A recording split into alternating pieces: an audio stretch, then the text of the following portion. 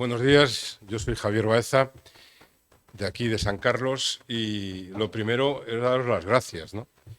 Daros las gracias porque hacéis que este lugar, en el que ayer lo ocupaba el espacio unas excavaciones arqueológicas, hoy nosotras y nosotros, y mañana tendremos nuestra celebración religiosa, pues daros las gracias porque vosotras y vosotros, entre otros muchos, sois quienes hacéis que este lugar para algunos sea sagrado, ¿no? Los espacios no son sagrados porque haya curas o porque lo diga un obispo o porque lo diga no sé qué autoridad religiosa, ¿no? Los espacios son sagrados porque, bueno, pues en ellos se vive la vida, se hace memoria de la vida vivida y en este caso de las vidas arrebatadas y bueno, pues por eso desde la comunidad, que no es Javier, aunque soy el más gordo de ella, desde la comunidad de San Carlos, y aquí hay varias personas, pues agradeceros vuestra presencia, ¿no?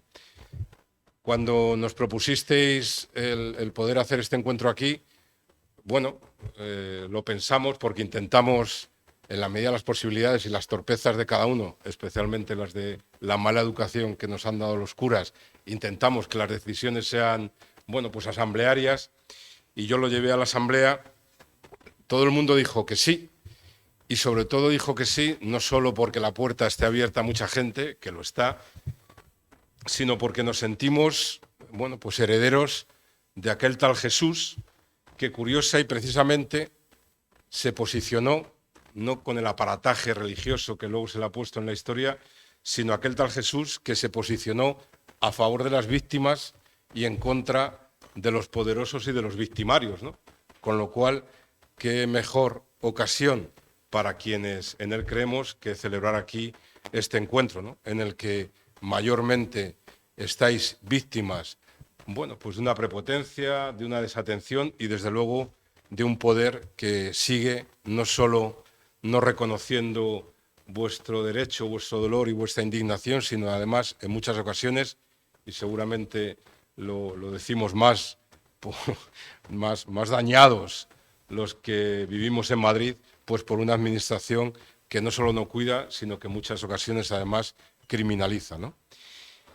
Y también, bueno, pues para mí la vida tiene sentido desde esa mirada religiosa, ¿no? Yo creo en Dios y no os voy a dar una catequesis, pero sí agradeceros porque en el Dios que creo es ese Dios que hoy tiene rostro, pues como dice vuestras tres palabras muy importantes, ¿no? Para mí hoy creer en el Dios de Jesús es creer en ese Dios que hoy tiene precisamente el rostro de verdad, de justicia y reparación. Si se consigue, reconoceréis y lograréis justicia y algunos a esa justicia pues también la ponemos el nombre de Dios. Por eso agradeceros a vosotras y a vosotros que nos hayáis ocupado, en el mejor sentido de la expresión, este espacio, porque tampoco es nuestro, sino que es un espacio, ya digo, de todos y todas aquellos que por cualquier razón somos o nos sentimos víctimas del poder pues, que hoy nos gobierna y que hoy dirige un poco nuestras vidas, ¿no? Por eso a Mercedes, a Daniel que contactaron y a todas y a todos los que lo hacéis posible y a tantos cuantos estáis a través de esas cosas de los internets y de las nubes, que para eso sí que hay que tener fe, ¿eh? Bueno, pues daros también las gracias. Muchas gracias.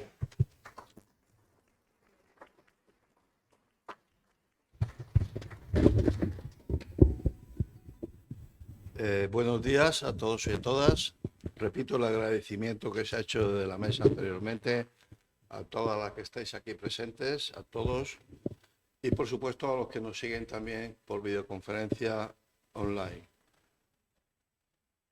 Yo retorno a este lugar después de muchos años.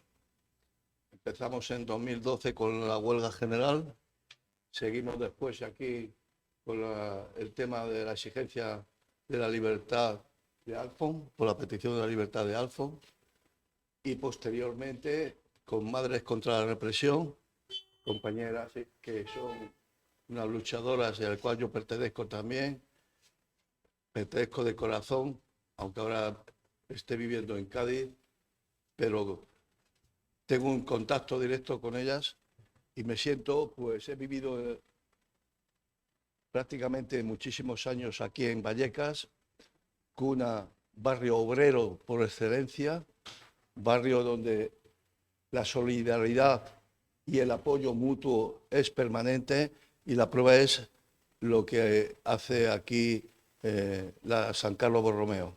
Así que, de nuevo, Javier, muchas gracias por acogernos. Y yo simplemente acabo diciendo lo que vamos a hacer hoy. El programa es que ahora empieza una mesa, la primera mesa, que es la de elaboración de las denuncias. Una mesa que está compuesta por María Victoria, Vicky Zunzunegui, epidemióloga de la Universidad de Montreal, Fran Rodríguez, que es compañero de Dignidad y Justicia de Residencia de Mayores, pero que es hijo de víctimas, Ramón Gálvez, un neurólogo y es director del SESCAN, y Carmen Esbrí, que todos las conocéis por la lucha que lleva décadas ya haciendo con el tema de Marea Blanca, y que es una experta absolutamente en todo lo que significa la defensa de la sanidad pública, una sanidad 100% pública, de calidad y universal. La segunda mesa tenemos de ponente a Juan Carlos Rois. Juan Carlos Rois, compañero que ya estuvo en la rueda de prensa, es abogado de la Oficina Jurídica de Asuntos de Derechos Sociales. Ella es el que está llevando el pleito por el tema del ingreso mínimo vital, con una serie de herramientas importantes y de empoderamiento bastante importantes, que es uno de los temas de esta conferencia, el tema de intentar conseguir tejido social, crear tejido social. Juan Miguel Nogué García, que es hijo de víctima también, abogado, y que nos va a ayudar bastante por su experiencia, no solamente en el tema de abogacía, de la judicatura, sino también porque ha sufrido en sus carnes todo el tema de la pandemia en la residencia europea, me parece que era, ¿no?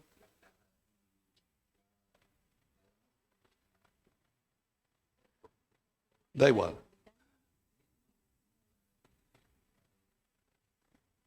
No importa. Eres hijo de víctima, vas a estar aquí en una mesa, vas a contar tu experiencia y vas a contarla desde dos puntos de vista. No solamente desde el punto de vista de hijo de víctima, sino también como abogado, porque tú pusiste una querella. Entonces, eso también nos va a servir mucho. Carlos Barragalán, que es médico especialista jubilado, director y gerente en su día del Hospital de Móstoles.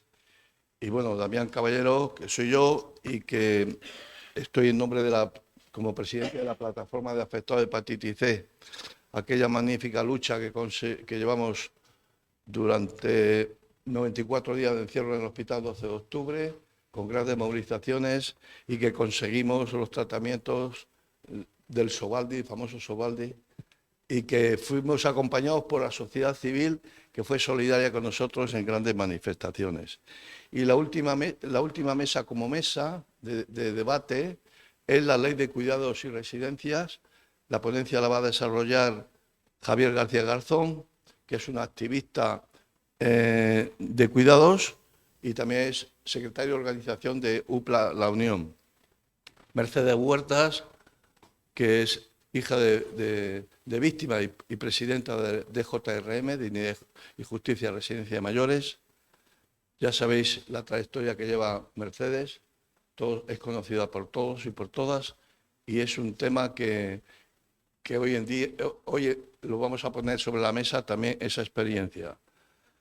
En esta mesa está también Alejandro Joaquín Salado, trabajador de residencias, y que es el autor del libro Lodo y fango en las residencias, que por cierto le está costando no solo caro económicamente, sino también con consecuencias de represalias por haber escrito todo ese tema que lleva el mío. Os animamos a que en cualquier momento también podáis comprar el libro, porque es muy interesante.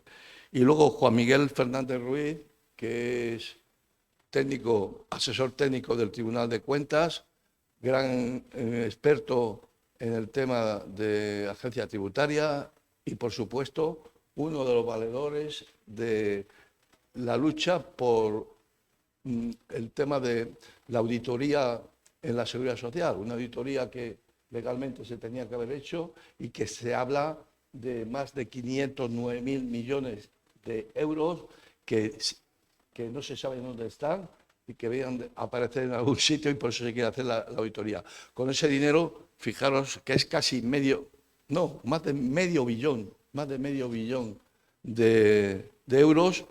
La sostenibilidad de muchos de los servicios, no solo del sector sociosanitario, sino también de la sanidad pública, estarían bastante bien cubiertos. Entonces, esa pelea es otra pelea que están llevando el compañero con los compañeros de pensionistas también. Esas son las 3 mesas, y luego habrá una última mesa a las 8 de la tarde, donde haremos las conclusiones. Esto no es un acto que empiece ahora y que finalice a las 8 de la tarde.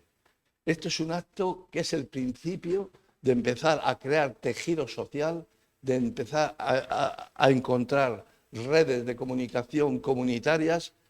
Yo le llamo una palabra que a veces suena mal, pero que para mí creo que es importante: crear una trama comunitaria. La trama, sabéis todos que es cómo se enlazan los diferentes hilos para formar un tejido.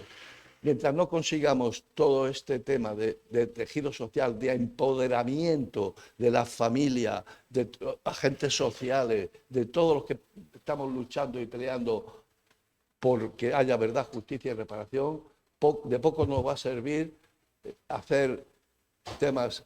Yo lo hablaba ayer con Javier, y decíamos, es que hay que tener un pie en la calle, un pie en las necesidades de la gente y otro pie en las instituciones. El compañero Manuel de Chiclana lo define como un puente que hay sobre un desfiladero, y donde hay una comunicación entre las dos partes del desfiladero para conectar, hacer propuestas y conseguir que podamos hacer esas movilizaciones que den peso. A las 2:30 pararemos, habrá una comida solidaria, y luego las conclusiones a las 8 debatiremos para salir con eso que hemos dicho. Es el principio: formación de grupos de trabajo. Se van a formar 3 grupos de trabajo: elaboración de denuncias, la Carta Social Europea, que empezaremos a ver cómo tramitamos, cómo se hace la reclamación que queremos hacer al Comité Europeo de Derechos Sociales, como una alternativa política de dar cabida a lo que... yo acabo con esto que ha dicho también Javier, para dar cabida a obtener verdad, justicia y reparación para la víctima. Gracias. Voy a empezar haciendo un breve resumen de lo que ocurrió en Madrid.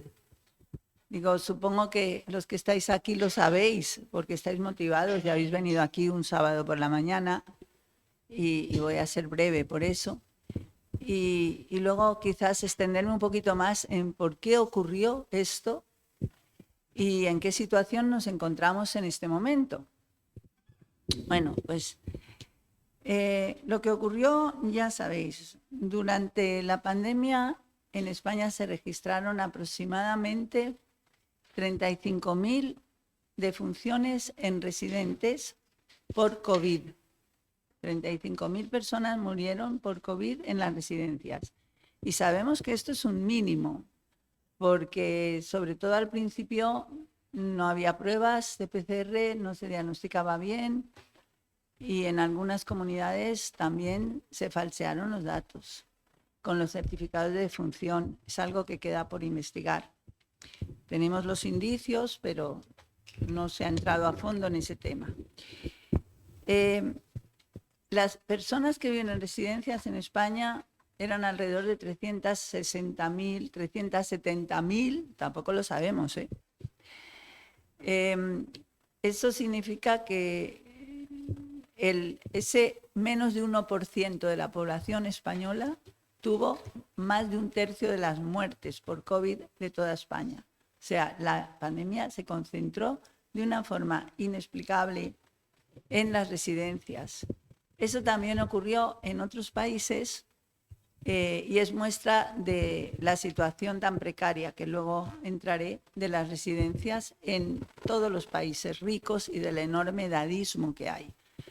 En toda esta catástrofe, España se distinguió por la falta de protección de las personas mayores y todavía más por la falta de protección de las personas mayores que viven en residencias. Hay artículos internacionales escritos por autores americanos muy conocidos que lo dicen así de claro. Dice, España fue el país que menos protegió a sus mayores como país y a los mayores que vivían en residencias.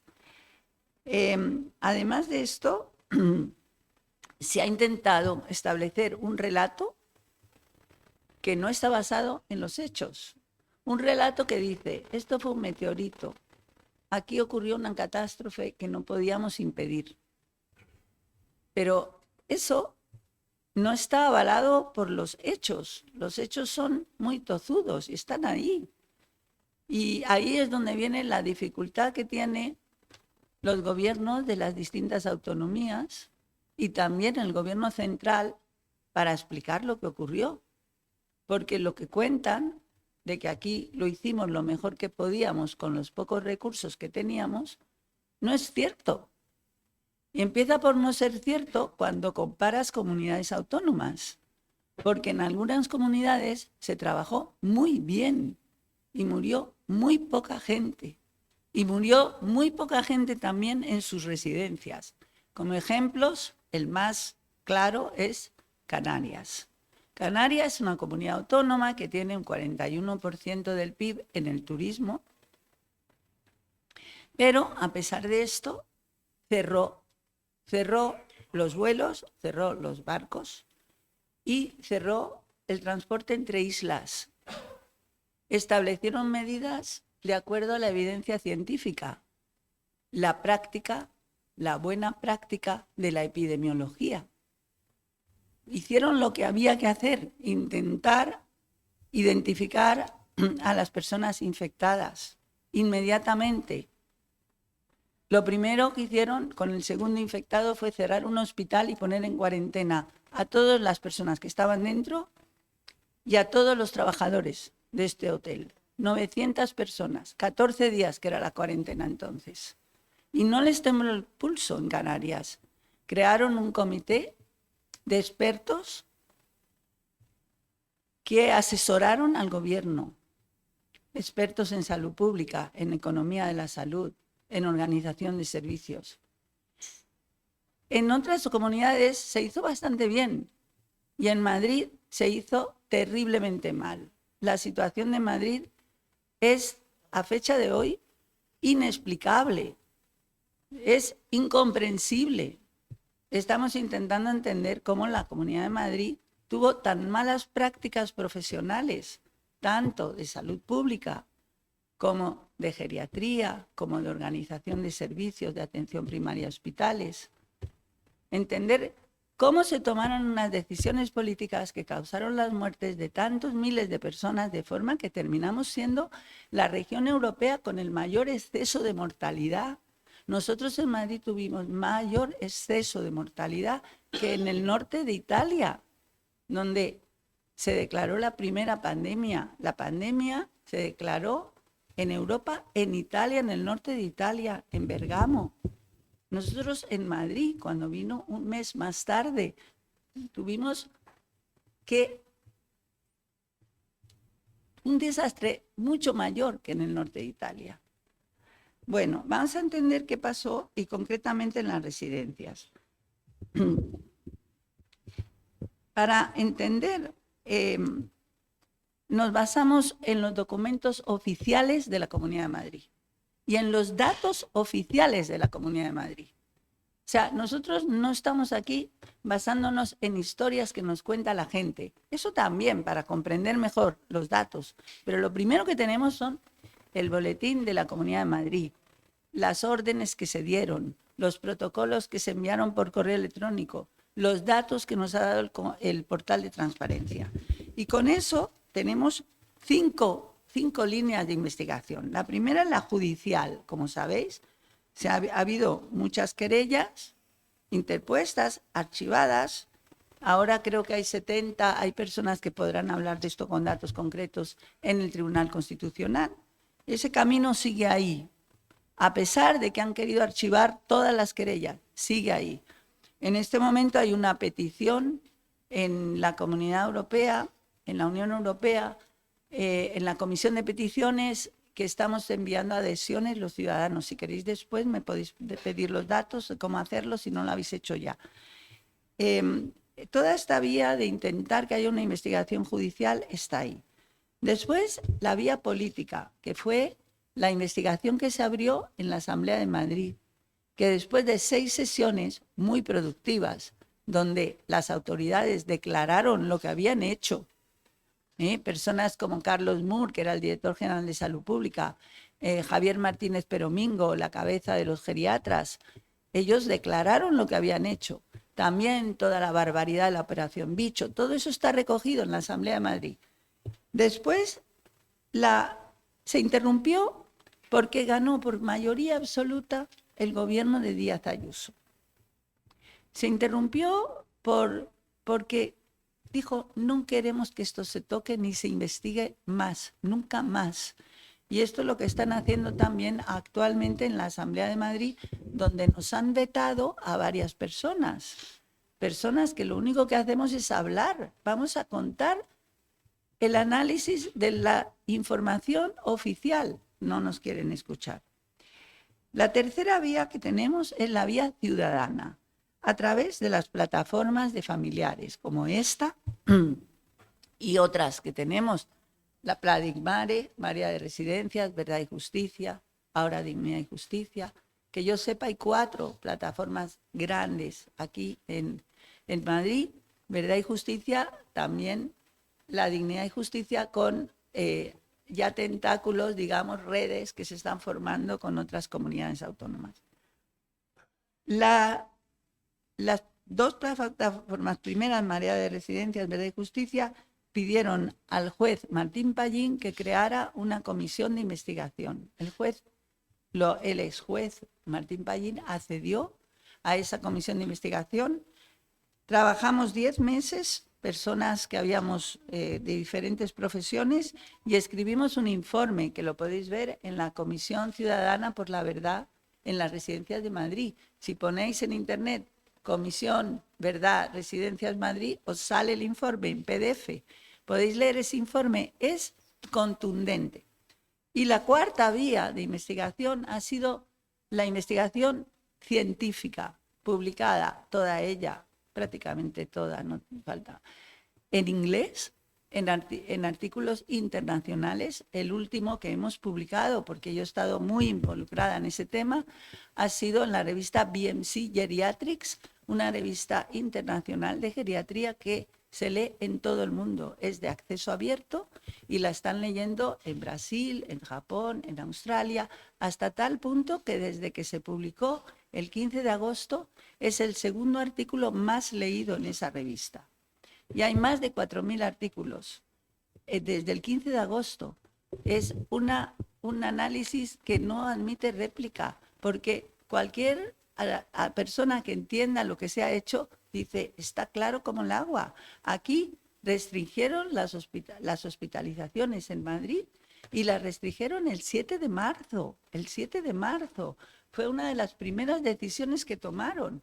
Cerraron las residencias a cal y canto, pero las cerraron solamente para salir, no para entrar. Y los trabajadores entraban a prestar servicios todos los días. Pero los trabajadores venían de una comunidad de Madrid que estaba infectada y cada día entraba más virus en las residencias. Pero las residencias fueron totalmente abandonadas, por supuesto no se medicalizaron. Y ahora sabemos por las actas de la Policía Municipal, otro documento oficial, que en la última semana de abril, las residencias, todas las residencias que visitó la policía municipal, pedían PCRs, pedían mascarillas. No tenían la última semana de abril manera de protegerse, cuando los hospitales, los centros de salud y hasta nosotros mismos podíamos conseguir mascarillas porque ya había en todas partes mascarillas, pero no había en residencias, porque las residencias nunca estuvieron en el radar de la señora Ana Dávila, que era la encargada de distribuir el material de protección en Madrid. Y todo esto está escrito. Ya, voy a acabar enseguida. Es que me lanzo porque hay tanta información nueva. Todos los días sale más información. La última, la de las actas de la policía. Así que deciros, ¿por qué ocurrió esto? 2 palabras. Ocurrió por el deterioro completo, absoluto de las residencias, por el deterioro muy acusado del sistema sanitario, tanto atención primaria como hospitales, por la falta absoluta, o sea, es que no se puede decir ya otras palabras, de la salud pública. No había epidemiología. Madrid se infectó en enero y febrero y aquí no se movió nadie, nadie se dio cuenta de que había un virus en Madrid. Por todas estas razones, el virus entró en Madrid con fuerza, nadie lo detuvo, nadie protegió a la población. El gobierno de Madrid tomó medidas antiéticas, o sea, la falta de ética completa y la falta de profesionalidad completa. Entonces, en este momento, lo único que nos queda es, como ha dicho Damián, extender lo que sabemos para que todo el mundo se entere. Y eso es extremadamente difícil. Y por eso estamos aquí, para seguir explicando que toda esta catástrofe era evitable y que esto ocurrió en Madrid. Ocurrió también, en cierta medida, en Castilla y León, tercer lugar. Castilla-La Mancha fue el segundo lugar, Castilla y León el tercero, Navarra cuarto, Cataluña quinto. En otras comunidades autónomas no pasó prácticamente nada. Pasó algo en Valencia, en unas cuantas residencias muy concretas. En Galicia, en unas cuantas residencias muy concretas. En Madrid pasó en todas, excepto en 30 residencias pequeñas. 475 residencias de Madrid. Solo 30 quedaron libres del virus. Y eran residencias pequeñas. Entonces, con esto termino. Espero haberos refrescado los conocimientos que ya teníais. Y dejo la palabra a mis compañeros.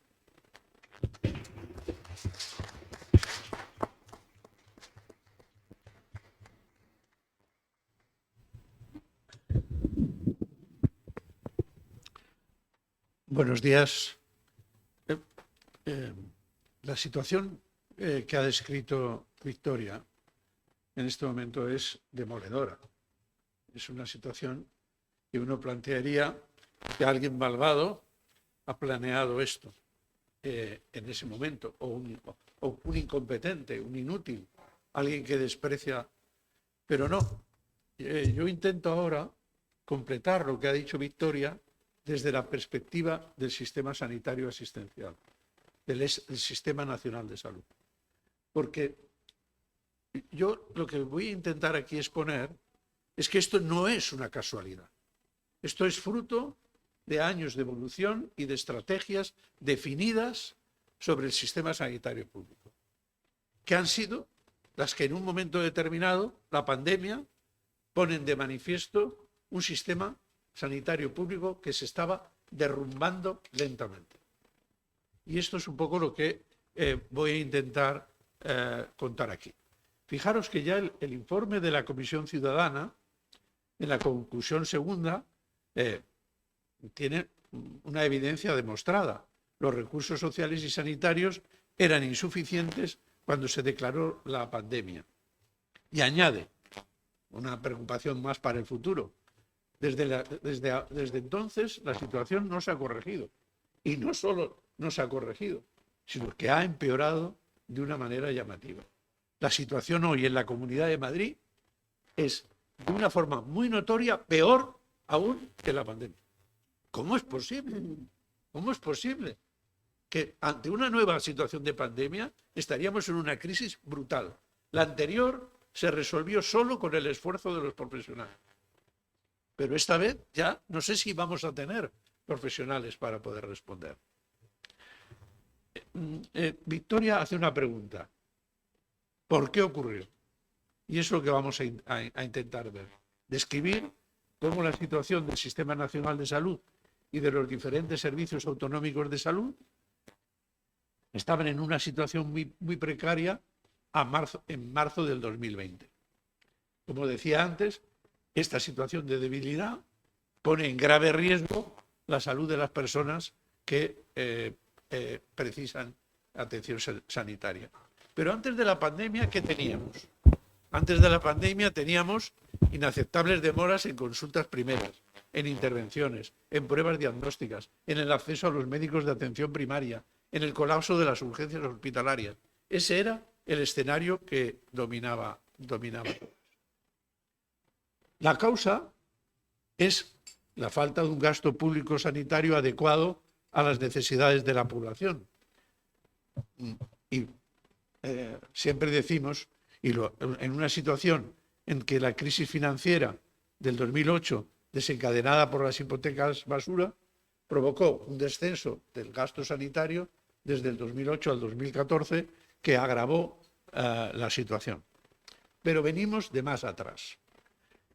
En el año 1960, en pleno franquismo, el PIB era de 0,88%. Es decir, el gasto sanitario que se dentro del PIB era 0,88%. El franquismo no dedicaba dinero a la sanidad.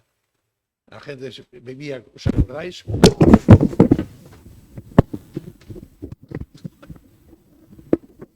Soy un poco torpe y me va a pasar alguna vez más en la charla.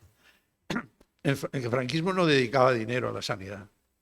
Sin embargo, a partir de finales de los años 60, el franquismo necesita reparar a los trabajadores y aparecen las residencias sanitarias y las ciudades sanitarias. Fijaros que no empleaban el término hospital. Ahora no he sido yo. Gracias. Empleaban el término residencia y ciudad sanitaria. Así no se cae. ¿Habéis visto cómo se cae el sistema sanitario? Porque no tiene base. Gracias. Bien. Decíamos que el gasto sanitario en PIB había pasado en el año 1960 de un 0,88 a un 2,29, motivado por esa creación de ciudades sanitarias, residencias sanitarias, que estaban destinadas a, con el desarrollo económico, había empezado una cierta industrialización y se necesitaba reparar a los trabajadores enfermos. Ese crecimiento continuó subiendo de manera paulatina hasta que en 1980 era un 4,23 y en 1990 un 5,11. Esto ocurrió en una época, en la subida al 5,11, en el que había llegado ya el Partido Socialista al gobierno y habían ocurrido la Ley General de Sanidad, y antes de la Ley General de Sanidad había habido un decreto magnífico en ese momento que había creado los centros de salud. Había creado los centros de salud, los equipos de atención primaria, que no solamente tenían funciones asistenciales, sino que tenían también funciones de prevención, promoción, hacer el diagnóstico de salud de la comunidad donde se encontraban, etc. Pero este enfoque inicial, que fue de un grupo de médicos que en ese momento estaban en el ministerio, que fueron apoyados, fueron rechazados por un grupo del propio gobierno, llamándole los médicos cubanos, porque decía que querían poner el sistema cubano en España. El sistema cubano era prevención, promoción de la salud, salud pública, atención a los ciudadanos. Bien, pues rápidamente ese modelo fue desapareciendo para convertirse en un modelo únicamente asistencial. Y esto es lo que hace que en la década de los 90 el gasto sanitario público no avance, no aumente, se estanca. Ya no se dedica más dinero a la sanidad. Solo creció en esa década 0,04 puntos, lo cual es absolutamente manifiesto. Fijaros que en el año 1993 había un 5,67% de gasto sanitario en PIB. En el año 2001 había bajado al 5,2%. Es decir, justamente con mayor población, con mayor desarrollo económico, se dedicó menos dinero al gasto sanitario público en 2001 que en 1993. Esa política de baja inversión en la sanidad pública hizo que ésta perdiera peso. El sistema sanitario, el Sistema Nacional de Salud, sufrió un proceso de descapitalización que conllevó al deterioro en la sanidad pública. Menos tiempo de atención, menos capacidad de respuesta, más lista de espera. Y aquí que aparece por vez primera el gasto sanitario privado, que pasa del 1,39 al 2,05. Es decir, mientras el gasto sanitario público apenas descendía, apenas se movía, la privada crecía de una manera notable. El peso relativo de la sanidad con financiación privada pasa del 21 al 30%. Como sabéis, en la actualidad eso está todavía más desbocado. Llega el PP al gobierno en los años 90, en 1996. El señor Núñez Feijóo se convierte en el presidente del INSALUD, que es el que se encarga de gestionar las comunidades autónomas todavía no transferidas. ¿Qué hace? Lo primero que hace es un Real Decreto, el 1096, de gestión del INSALUD, que lo que facilita es la privatización del sistema sanitario público, permitiendo los consorcios, las fundaciones, las concesiones, etc. Y eso se refleja en una ley, que es la Ley 1597, la famosa Ley 1597, que Carmen intenta tirar abajo una y otra vez a lo largo de su lucha. Esta Ley 1597 es una puerta de entrada terrible a la privatización del sistema. Pero esto no es un desinterés, no, es una decisión efectiva de debilitar el sistema sanitario público, que se pone en marcha en esa época y que la pone en marcha los gobiernos de la derecha de una manera absolutamente definitiva. A continuación ocurre el proceso de transferencia a las comunidades autónomas a partir del año 2001-2002, que termina con la transferencia de la gestión a todas las comunidades autónomas. A partir de ahí, cada servicio de salud autonómico desarrolló sus propios sistemas de gestión, sus propias políticas de personal, sus propias estrategias de respuesta a las demandas asistenciales, etc. Esto ha provocado un desarrollo desigual entre comunidades autónomas y en la prestación de servicios sanitarios, una falta de equidad en la prestación de servicios asistenciales. Y el Ministerio de Sanidad pasó a ser casi irrelevante en la política sanitaria de este país, porque abandonó las funciones de regulación y control que debía haber ejercido para garantizar la igualdad en el acceso de los ciudadanos del Estado español a los servicios sanitarios. Algunas autonomías subieron un poco el nivel de gasto sanitario público. Hubo un aumento de gasto sanitario que pasó a ser del 6,6%.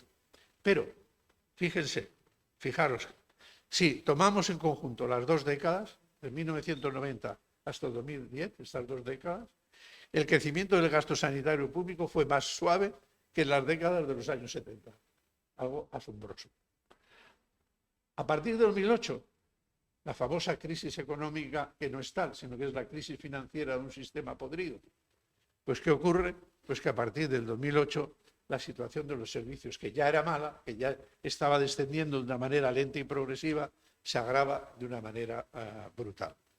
A finales del 2013, el gasto sanitario público en España cayó más de un 10%, reduciéndose hasta un 6%.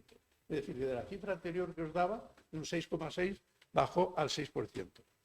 ¿Cómo se realizó este descenso? Pues a costa de reducciones salariales, menos profesionales, plantillas más escasas, contratos a tiempo parcial, etc. ¿Y esto en qué se traduce? En disminución de la actividad, listas de espera, etc. También se derivó parte del pago de medicamentos a los pacientes a través de los mecanismos de copago. Por lo tanto, vemos que estos recortes del año 2008 lo que hacen es agravar de forma notable la situación ya de partida de deterioro de los servicios de atención primaria y de atención hospitalaria.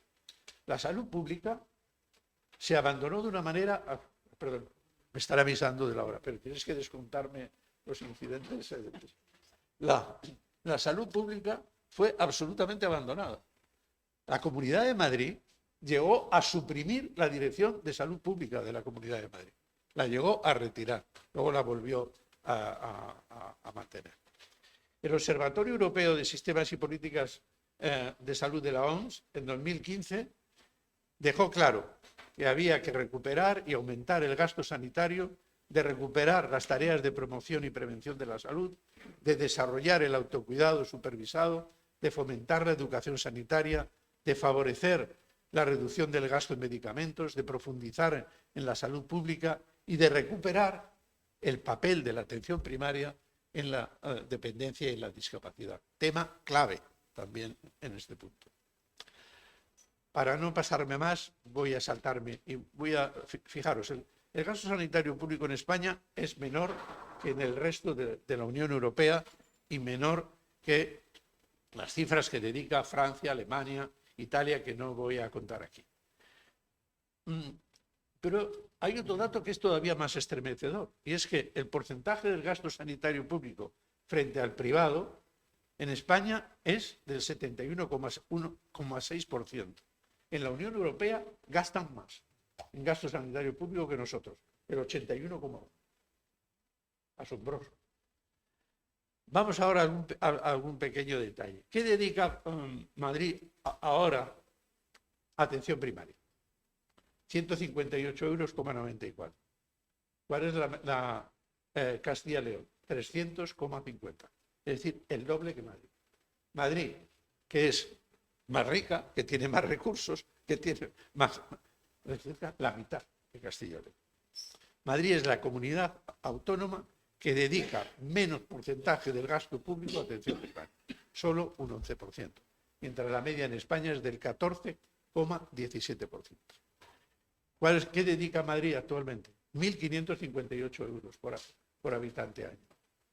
España, 1.768,9. País Vasco, 2025. Navarra, 1985. La conclusión es evidente. Tenemos un sistema nacional de salud en el cual ha habido un deterioro progresivo que se acentuó con la crisis financiera del 2008-2014. Pero esto no responde a una situación que haya ocurrido porque sí. Es una estrategia clara de debilitar el Sistema Nacional de Salud para favorecer la privatización, para convertir la salud en un negocio. Es un negocio muy rentable y esto lo han comprendido perfectamente. ¿Por qué en este momento los ciudadanos de Madrid están contratando pólizas de seguro, que por cierto les sirven para poco, pero que ya tienen un 37-38% de la población un seguro privado? Porque se está actuando de manera decidida para debilitar la sanidad pública. Y esto, desde el punto de vista de la pandemia y de lo que nos ha contado Vicky anteriormente, tiene un peso decisivo. Ante una nueva pandemia, ante una nueva crisis, la situación será terrible. Pero ya lo es para nuestros propios ciudadanos, que cuando van les dan cita para mediados del año que viene. Por lo tanto, solo nos queda una alternativa, compañeros, y es la movilización activa. No nos queda más que esa alternativa. Podemos, claro que podemos, pero si nos movilizamos. No tenemos nada que esperar de las instituciones. Hay que movilizarse, hay que salir adelante, hay que salir a la calle y hay que utilizar todos nuestros medios. La derecha lo tiene claro, para conseguir que esta situación no continúe en el tiempo. Gracias, amigos.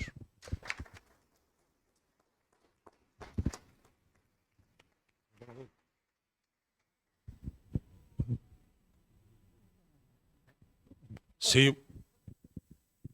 ¿Se me oye? Bueno, pues buenos días a todos y a todas. Agradecer en primer lugar presentarme. Yo me llamo Francisco Rodríguez, Fran Rodríguez. Soy hijo, por desgracia, hijo de víctimas. Mis padres y mi madre fallecieron en plena inicio de la pandemia. Y bueno, quería empezar también agradeciendo a los ponentes. Para mí es un honor y un orgullo el estar con Ramón, con Vicky, con Carmen. Yo no soy un ponente habitual, soy un cantante de rock and roll. Pero bueno, valga esto. Y también agradecerle al párroco, a Javier, que nos habría brindado la oportunidad de estar aquí, ¿no? Dentro de mis convicciones anarquistas y demás, sigo teniendo el espíritu del gran ángel rojo Melchor Rodríguez. Pero bueno, para iniciar un poco todo esto, pues como digo, soy familiar de víctimas. En este caso mi padre y mi madre. Yo era, al ser el mayor, el que los cuidaba, el que los atendía, el que iba. Mi situación era que soy vecino de Vallecas. Soy del barrio de Vallecas, vivo desde hace 20 años y tal. Y mis padres vivían en el barrio El Pilar. Aquí en el barrio El Pilar, en la Vaguada, todo eso. Entonces, en aquel momento, por desgracia, empezó un día 14 de marzo.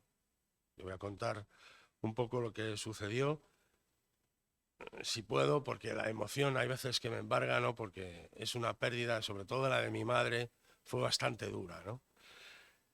Entonces, bueno, pues un día 14 de marzo decretan el estado de alarma. Bien, mi padre acudía porque en el 2016, un fatídico noviembre, le dio un ictus y desde el 2016 acudía a un centro que era un centro semiconcertado, que hablábamos antes de Ecoplar, que ahora pasaba a manos de otra negociante de la muerte y del negocio de la sanidad, que es Orpea, Domus, Vi, en fin, todos estos, ¿no? Pero Orpea en este caso, y mi padre estuvo allí un tiempo, luego iba a hacer unas rehabilitaciones a fisio y con la silla automática que le llamamos el Ironside, ¿no? Porque a los que somos más mayores, pues nos acordábamos de la serie esta famosa del hombre en la silla de ruedas. Bueno, pues él iba hasta allí y mi madre le decía, ¿a qué vas? ¿A qué vas a ir allí? ¿A coger lo que no tenemos? Efectivamente. Pues fue el último día, que fue un viernes, que fue el día 12, el día 13 fue sábado, el día 14 fue cuando decretan el estado de alarma. Y ya mi madre ya venía arrastrando un proceso gripal, en Navidades estaba ronca, afónica, tenía flemas, y mi padre empezó a encontrarse mal ese día. El lunes 15 ya empieza a decir, no me quiero levantar, no estoy cansado, no me apetece, ya empieza a tener fiebre. Mi madre seguía bien, con su tos, con su... Total, que ya el día 17 es cuando ya, yo en este caso no podía moverme. Vivía aquí en Vallecas, mis padres vivían en el barrio El Pilar, pero aún así me daba igual porque al tener todos los papeles, luego ya contaré el episodio de las policías y de todo digamos, toda la represión que tuvimos aquí, sobre todo en Vallecas y en los barrios del sur de Madrid, ¿no? Entonces, pues resulta que ya mi padre me llama a mi madre, es el 17, o sea, el 14 dan estado de alarma, el 15 ya estaba medio, y el 17 me llama mi madre y me dice, como me llamaban a mí y como me siguen llamando, Paquito, tenemos fiebre. Yo ya ahí automáticamente, como ya decían, había algunas informaciones de que si la fiebre tal, de que si no sé qué, ya me temí lo peor. Y sí, lo peor vino. Desgraciadamente, pues claro, yo dije, no preocuparos, tal, empecé a llamar porque yo gestionaba todo a través del teléfono, llamadas, miles de llamadas, al SAMUR, al 112, a Medicina General, al centro de salud de mis padres, porque mis padres eran dependientes, mi padre no se podía levantar, tenían una persona interna, porque mi padre, por fortuna, se lo podía costear y demás. Hay otros que no, como yo vi a gente sacar en Vallecas de sus casas, hasta los propios bomberos sacaron a gente fallecida de sus casas, gente mayor. Yo lo vi desde la terraza donde privilegiadamente podía contemplar semejante, no sé cómo llamarlo, esperpento, película, un Walking Dead, como le llamé yo, ¿no? Bueno, pues resulta que en esto ya mi padre empieza a empeorar, sigo llamando, los médicos que me atienden o los que me atienden, hay veces con discusiones, con una impotencia que tenías, que a veces pues no sabías dónde canalizarla, llamando miles de veces, oiga, pero manden un médico, no, paracetamol, y si tiene, que se tome, en vez de 2, que se tome 3. Digo, 3 paracetamoles, pero bueno, esto, yo quiero que vaya un médico a ver a mi padre está mal, y tal, nada. Todo siguió evolucionando, obviamente mi padre cada día estaba peor, había veces que, claro, le bajaba un poco la fiebre, pero había veces que por las noches, como luego en el 2021 me pasó a mí, que cogí el COVID y estuve 40 días en el Hospital Infanta Leonor y demás, pero eso no viene al caso. Ahora lo que quería contaros es un poco, a ver si puedo, lo que le pasó a mis padres.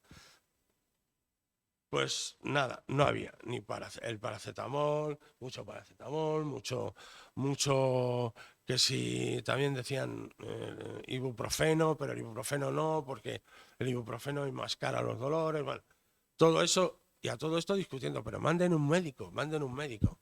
Mi madre a todo esto seguía, bueno, pues pensando que ella tenía un catarro, que ella tenía un constipado, que ella venía de... Y nosotros quisimos pensarlo porque no tenía fiebre. Bueno, claro, mi madre lo que pasa es que estaba tomando medicamentos que igual también tomaba paracetamol, gelocatil. Como decía ella, se tomaba un gelocatil por la mañana y a lo mejor eso le enmascaraba la fiebre. No sabemos muy bien. El caso está en que hasta que el día 17, como digo, tenían fiebre, pero mi madre no tenía tanto proceso febril, tenía más mi padre. Entonces mi padre, ya en unos momentos que ya estaba tan mal, yo seguí insistiendo. Me llegó a decir hasta un médico de urgencias, me llegó a decir que cogiera a mi padre y que me lo llevara a un hospital. Y digo, pero vamos a ver, si yo estoy en Vallecas y mis padres están en Barrio Pilar, yo me he jugado ya 3 veces que me amenazó un policía que me iban a quitar el carné de conducir y el coche, y digo, yo tengo aquí unos papeles que demuestran que mis padres son dependientes. Según la ley del estado de alarma, yo tengo derecho a asistir a mis padres. Dice, sí, todo lo que quiera, pero usted no puede salir porque estamos en un estado de alarma. Esto es un policía aquí en Vallecas, un poco más arriba de Doctor Bellido y demás. Bueno, el caso está en que con todo esto ya me arriesgo y el fin de semana, el día 30 de marzo, me acerco ya a casa. Si bien pude comprobar el laxo, de alguna forma, toda digamos, la presión era para Barrios del Sur, o sea, todo el control, todo el control policial, todo eso, pero cuando pasabas a los otros barrios al norte, en este caso al barrio El Pilar, todo eso, por allí no había nada. Llegué a casa y vi que mi padre estaba con una asfixia tremenda y demás, y yo ya me temí lo peor. Conseguí después de casi 10 o 15 llamadas, no recuerdo, porque ahora ya he pedido el detalle de llamadas, que ese es otro, que las compañías parece que no están muy dispuestas a dar el detalle de llamadas del fijo, porque yo llamaba desde el fijo a los otros. Por el móvil, pues conectaba con mis hermanos, porque además somos 3 hermanos, uno estaba de profesor, es doctor en economía y estaba de profesor en Praga, y el otro pues estaba en Madrid también, pues qué hay que decir, el otro acojonado, como estábamos todos, ¿no? Y entonces pues los ponía con el móvil mío y por el fijo llamaba a los servicios de atención. Eso era una sensación de angustia, de impotencia, de discutir con él. Pero bueno, ¿cómo me dice eso? Tal. No, es que no le podemos mandar a nadie, Ya dije, bueno, es que me tienen que mandar. Hasta que encontré a un alma caritativa que dijo, mire, le vamos a mandar un médico. Anda. Y me mandan al médico que era del centro de salud de mis padres, pero que conocían a mi padre, pero viene ya todo pertrechado. Yo lo que llevaba, porque en aquella época, cuando estamos hablando del 30 de marzo, no tenía ni mascarilla ni nada. Yo iba con un verdugo, con un pañuelo y con un chubasquero y con esta de esquí que me habían dejado para entrar por si acaso, porque claro, sabíamos e intuíamos que había COVID, eso estaba claro. Bueno, pues llego allí y llega la doctora y dice, mire, el nivel basal de su padre es muy malo. Lo único que podemos hacer es darle cuidados paliativos y demás, y que, o tal, porque trasladar al hospital, pues digo, pero vamos a ver, si os llevo llamando desde el día 15, habéis dejado 15 días que podíais haber trasladado a mi padre, y yo lo que venía a abrir como me hace mucha gracia cuando lo dice Damián, compañero Damián, que también quería agradecer a los compañeros, tanto a Mercedes, como a Damián, como a Trini, como a Rosa, como a... Se me olvida, Rosa. A Carol, pues muchísimas gracias, vamos, de todo corazón por el trabajo que estáis haciendo y no tiene precio ni tiene, de verdad que sinceramente os estoy agradecido porque yo lo que vengo es a abrir un poco, dejar de hablar de las residencias. Me parece que en las residencias fallecieron muchos, pero es que los domicilios, ahí fue un auténtico genocidio, pero genocidio, como decía Ramón, que estaba estratégicamente hecho. O sea, está pensado este negocio de la sanidad. Han visto ahí un filón, como empezarán con otros negocios y como siguen, pero han visto un filón estupendo y un filón para el exterminio de la población. Yo lo digo, soy muy claro, así de claro. Y entonces, bueno, sigo contando porque me enrollo como las persianas, como bien dice mi amigo Damián. Pues termino ya con esto. Mi madre, cuento el caso de mi madre ya empieza a coger fiebre alta, tal, no sé qué. Yo más preocupado, sigo llamando, me acerco por allí. Mi padre ya lo llevan el día 30 y el día 30 se lo llevan. Llega el médico allí y me dice, mira, es que no podemos hacer nada, es que me he parado ahí. Y el día 31 fallece en el hospital. Le hacen la prueba del COVID y nos llaman a las 5 de la tarde, que sí, que efectivamente tenía el COVID, falleció como víctima del COVID, pero los demás ya acojonados. Estaba acojonado porque yo había estado allí algunas veces, me había escapado, mi chica también, mi chica tenía a su madre con 96 años, que también era dependiente. Bueno, un estado de angustia y de ansiedad, como he descrito, brutal.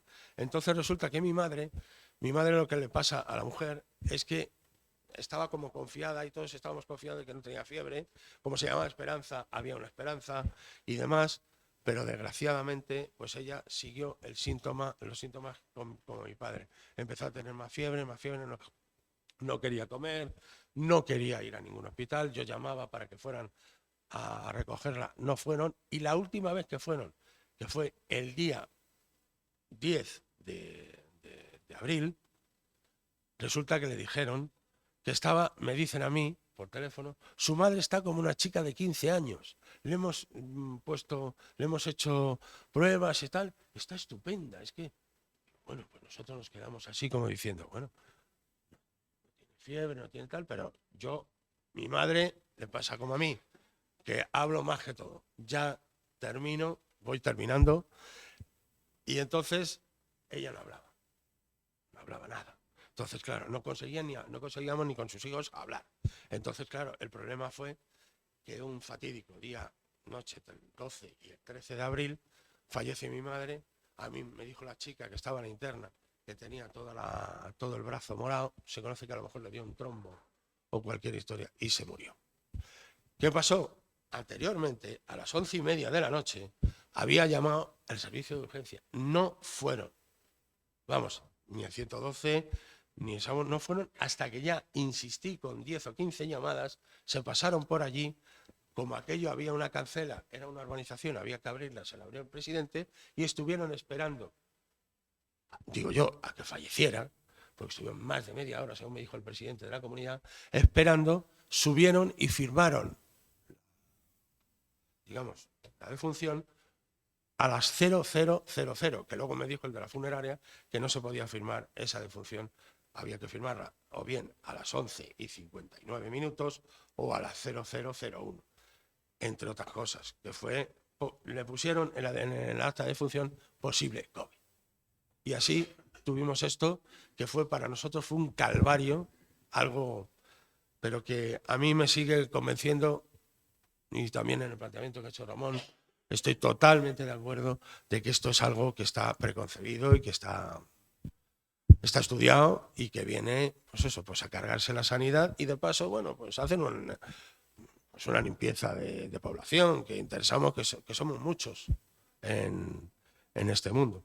En fin, nada más, que lo que quería es, bueno, pues de alguna manera, pues pedir por lo que pedimos en la asociación. Somos dignidad y justicia, reparación, y que se esclarezca y que esto no vuelva a suceder jamás, aunque ahora, como bien dice Vicky y Ramón, la historia está fatal, porque incluso pienso, y por casos que se han dado, que hay protocolos internos en los que cuando un mayor con una patología determinada, 80 años, llega a un hospital, le atienden por encima y si tiene algo un poquito más complicado, morfina y te vas para otro barrio. Esa es la sanidad, sobre todo que hay en Madrid, con una genocida como Ayuso. Pero es que no nos olvidemos de que no solo está Ayuso, ¿eh? Está en la Comunidad de Galicia, que estaba Feijóo, que ahora está Rueda, está en la Comunidad de Asturias, en la Comunidad de Cataluña, en la Comunidad del País Vasco, en todas las comunidades. Paje, no nos olvidemos de Paje, porque menudo elemento. En fin, agradeceros de todo corazón. No soy un ponente al uso y muchas gracias por escucharme. No sé si he sido muy claro, me he dejado muchas cosas en el tintero porque me enrollo como las persianas, pero muchísimas gracias de verdad, de corazón. Gracias. Y gracias a los compañeros. Vale.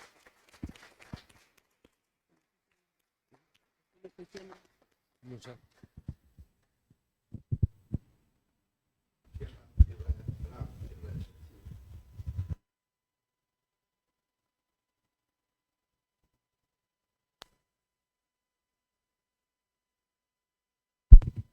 Sí. Ya. Espera, que lo vamos a echar un poquito para que no se te caiga. Ahora.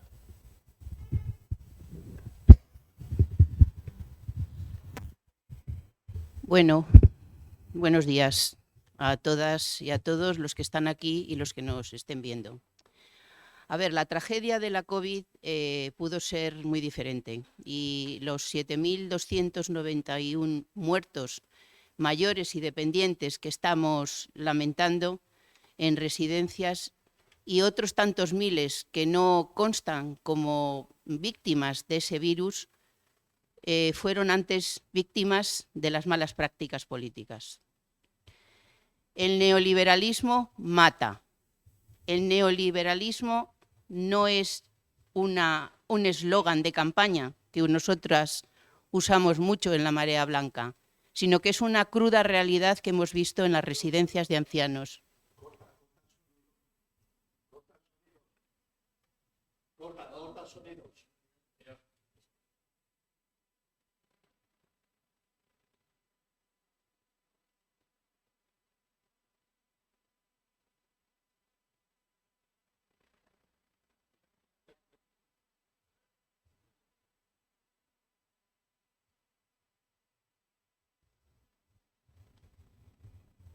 Decía, sí, son cosas del directo. Decía que el neoliberalismo mata y que desgraciadamente están reconstruyendo el sistema neoliberal. Aprovecho para criticar todas las comisiones de reconstrucción que se han hecho en distintos sitios porque no han valido absolutamente para nada. Se han quedado en un cajón y tampoco han ido al diagnóstico. Aquí vamos a tratar sobre derechos sociales, pero principalmente creo que vamos a tratar sobre derechos humanos. Soy, como sabéis, activista de Mareas Blancas y también soy responsable de salud, sanidad de ATAC. La Marea Blanca, que es un movimiento apartidista que nació en el año 2012, ha tenido un engranaje político porque ha estado siempre denunciando con una implicación directa y defendiendo la salud como derecho humano y el servicio sanitario público como la herramienta imprescindible para garantizarlo. Los servicios públicos son herramientas estructurales para garantizar todos los derechos. Todos los derechos garantizados son los que te dan buena o mala salud. Y los servicios públicos son además el elemento cohesionador y la estructura de la democracia y un elemento redistributivo de la riqueza que compartimos todos. La salud comunitaria y las personas tienen que ser el primer objetivo de las políticas y de los políticos, de sus planes y de sus decisiones, y vemos que así no ha sido. Nosotros durante 12 años con 100 mareas blancas hemos anticipado, denunciado, exigido, pedido, hemos estado metiéndonos por todas partes hasta llegar a las instituciones y estamos y seguimos denunciando, exigiendo y pidiendo a las instituciones nuestros derechos y una política por nuestros derechos, evidentemente por la salud y por la vida. A nadie se le escapa que nuestra democracia es muy débil. Es muy débil porque además hemos tenido leyes con agujeros, empezando por la Ley General de Sanidad, que es una estructura muy importante, muy bien hecha arquitectónicamente, pero tenía una espita, que es el artículo 90 y otro artículo de la parte del 90 que permite bajo ciertas situaciones la privatización. Pero eso ya montó la escalera. A partir de ahí, evidentemente, se fueron facilitando las cosas. Y tenemos la Ley 1597, esa que quiero derribar, como dice Ramón, junto con muchas personas, porque creemos que es un elemento realmente pernicioso para mantener un sistema sanitario público y para mantener una sociedad con toda la salud que requiere para el progreso del país. A nadie se le escapa tampoco que hay políticos que defienden el neoliberalismo. Y resulta que con esa defensa y con una ingeniería bastante perversa, ingeniería legal, lo que estamos viendo ahora es las últimas consecuencias de lo acontecido, ¿no? Porque también después de la 1597 estaba el Real Decreto 16/2012, que hizo un cambio o quería hacer un cambio radical del modelo, considerándonos asegurados y no dueños. Somos dueños de la sanidad pública. Somos los soberanos del país. Y esos políticos apenas hablan de salud, hablan mucho de economía, se pasan la vida hablando de economía. Y resulta que hablaron al principio de hacer reconstrucción, y he hablado de las comisiones que han reconstruido, ¿para qué sirvieron? No han servido para nada, estamos en el mismo punto. O quizá estamos en peor punto, todos lo estamos viendo, porque esto va a peor y cada vez somos más débiles. La sanidad pública que necesitamos fue entregada a los especuladores. Los servicios sociales también, y con ellas las residencias. Los mercados se han apropiado de lo que es nuestro y están desintegrándolo. Con el modelo neoliberal, las empresas tienen un blindaje especial con sus modelos societarios y no ha habido un control permanente, constante, eficaz y eficiente para que afloraran toda la perversión que hay detrás de esto, que no es una bondad para mejorar el servicio público ni para mejorarnos la vida. Es una ganancia específica de empresarios y de empresas y de especuladores. Es inaceptable que se quiera mantener los mercados metidos en los servicios públicos. Un sistema público parasitado por los mercados se desintegra, genera inequidad e ineficiencia y favorece la corrupción. Lo estamos viendo cada día y aquí no pasa nada. Favorece la corrupción y malogra la calidad. Condiciona el desmontaje del servicio público, que es de todas y de todos, y potencia el que haya gente que especule con fondos buitre, esos que vienen, se van y se lo dan al siguiente y nadie sabe quiénes son ni dónde están, y que además lo que sacan rentable, la riqueza que sacan de ese negocio se lo lleven a paraísos fiscales donde nadie los puede coger. En fin, la sanidad pública, desde su situación que ha explicado Ramón, debilitada por todo este proceso liquidador neoliberal, en el que han participado los de la derecha, los que se dicen de izquierdas, sin embargo, fue la que nos sacó realmente y pudo garantizar la salud para la inmensa mayoría, aunque ha habido tantas y tantas muertes y víctimas colaterales. Por eso necesitamos unos servicios 100% públicos y nos reafirmamos en lo que dijimos en un documento de 38 medidas que está registrado en el Congreso para que se trabajara en ese sentido. Lo hicimos en el año 2007 desde la Coordinadora Estatal de Mareas Blancas. Tiene que abordarse un modelo sanitario que elimine esa ingeniería legislativa pro-privatizadora. Las diferentes crisis, que no dejan de ser un mecanismo del capitalismo, no les ha servido de nada. Siguen R que R con el mercado, que ya vemos que llega ahora al mercado de las armas, ¿no? Eso no nos lleva a ninguna parte.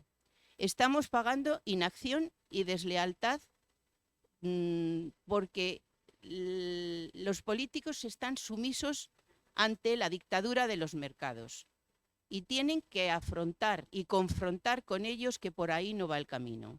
El panorama de los lobbies les asedian y lo que tenemos que asediarles somos nosotros. Nosotros tenemos que ser los lobbies, que presionemos para que esto dé la vuelta.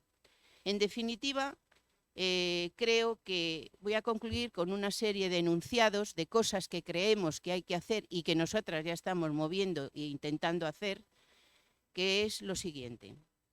Tenemos que trabajar sobre el diagnóstico, no solamente sobre los síntomas, y tenemos que trabajar para debilitar ese modelo neoliberal y liquidarlo.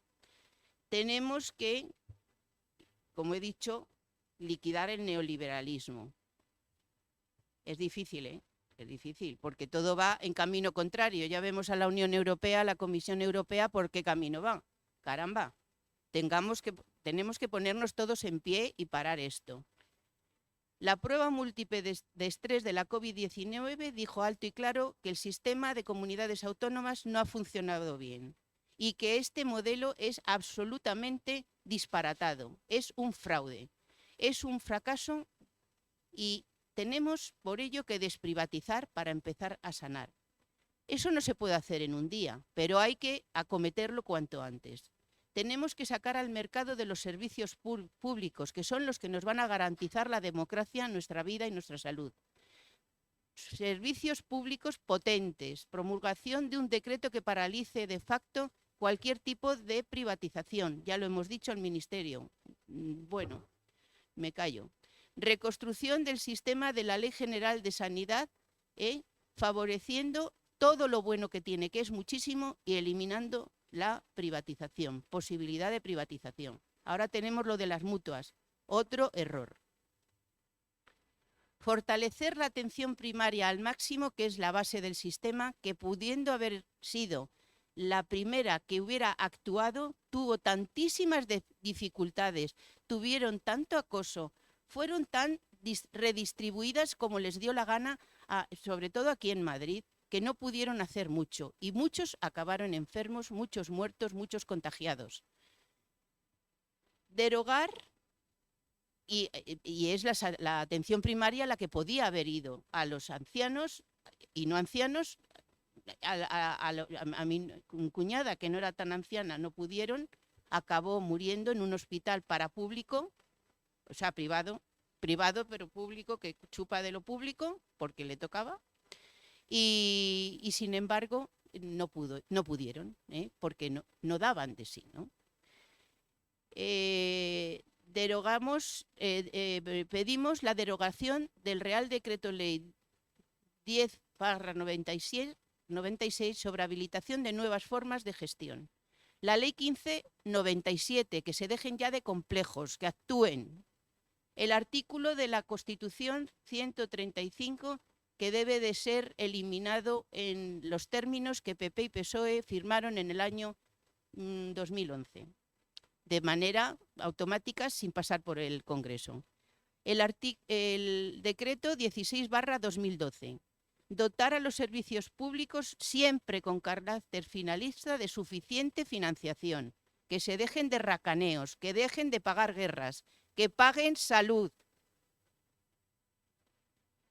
Aumentar las plantillas conforme a la Unión Europea y más si se necesita según lo que los datos arrojen. Blindaje constitucional de todos los derechos sociales. Y con respecto a la privatización, un inventario completo que estamos pidiendo para saber en qué punto están en toda España. Creemos que no se sabe en el Ministerio dónde están todas las privatizaciones, ni siquiera en las comunidades autónomas. Ellos están tirando para adelante como pueden y como quieren. No quieren orden ni quieren claridad. No digo el gobierno central, que no lo sé, digo las autonomías. Muchas. La de Madrid, desde luego, ya lo hemos visto desde el principio. Elaborar un ranking de incumplimientos y baremar las sanciones que puedan llegar hasta el embargo y hasta la absorción del servicio que corresponda. Garantizar el proceso de rescate de lo privatizado según diversidad de prioridades y sobre lo que la investigación que podamos hacer aflore. Una gestión sociosanitaria pública para las residencias de ancianos y dependientes, dependiendo de una atención primaria fuerte. Y un máximo control administrativo y económico, tanto de lo público, pero también de lo privado. Lo privado campa libre y hay muchas cosas que no se saben y la gente va engañada y luego afloran. Y creo que las instituciones deben de garantizar la situación de las personas y no la ganancia de las empresas. Ya voy acabando. Es importante también impulsar la salud mental, que nos ha afectado a todas y a todos y a los mayores muchísimo, también a los niños. Y la participación ciudadana vinculante con una fórmula que se cree que puede ser tipo Consejo Ciudadano de Salud o foro permanente al nivel de los agentes sociales. Los sindicatos, a la inmensa mayoría, no nos representan. La COE creo que tampoco. Los ciudadanos tenemos que tener arte parte y tener una actividad vinculante. Auditorías públicas con participación ciudadana también y auditoría de recursos económicos públicos entregados ya a las autonomías que aquí se la han gastado cada uno como bien les ha parecido y han salido en todos los medios. Y una alimentación potente de cuerpos de inspectores habilitando al máximo la alta inspección del Ministerio de Sanidad. Aplicar el artículo 128 de la Constitución española siempre que sea necesario. No lo hicieron con la pandemia, no sé por qué, porque las privadas estuvieron campando libres y siguieron con sus negocios. Y dice, toda la riqueza del país, en sus distintas formas y sea cual fuere su titularidad, está subordinada al interés general. El interés general es la vida de las personas. Las personas en democracia son las primeras. Exigir un código ético a los políticos. Exigir un rendimiento de cuentas a los funcionarios. Favorecer el marco institucional que liquide la especulación. Potenciar el liderazgo máximo al gobierno central y a los ministerios. Excluir de facto lo público-privado, que no deja de ser una estafa. Las mezclas de cajas económicas no funcionan. Cada uno que se quede con la suya. No estamos en contra de lo privado, en general, pero que se manejen ellos, creen sus clientelas, creen sus mercados, pero que no parasiten ni se crean que lo público es la piscifactoría permanente para sus ganancias. Y creo que debemos extender,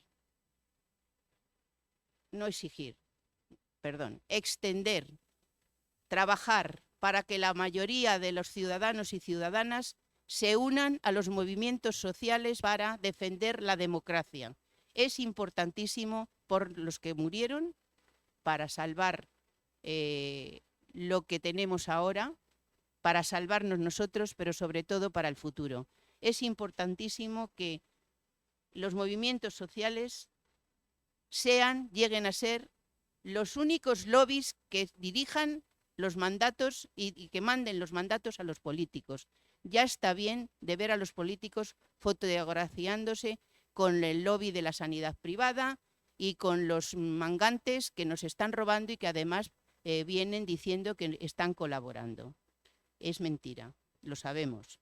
La gente todavía no lo sabe. Se está pagando servicios sanitarios privados por nada. Los servicios sanitarios privados no cubren lo de la sanidad pública, jamás lo podrán hacer. Y acabarán también fracasando. Nos quedaremos entre todos sin nada.